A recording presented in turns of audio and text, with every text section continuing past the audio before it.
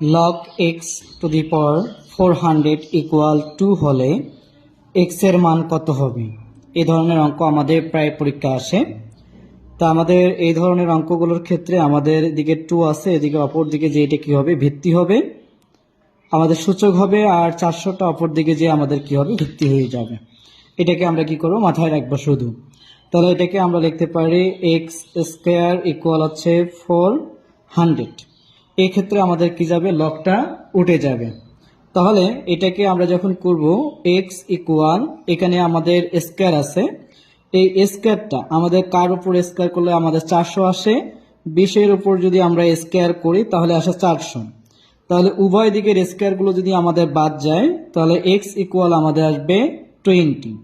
তাহলে এখানে আমাদের বলছে log x আমাদের 4 ইকুয়াল 2 হলে x এর মান কত? তাহলে x এর মান আমরা পাইলাম 20।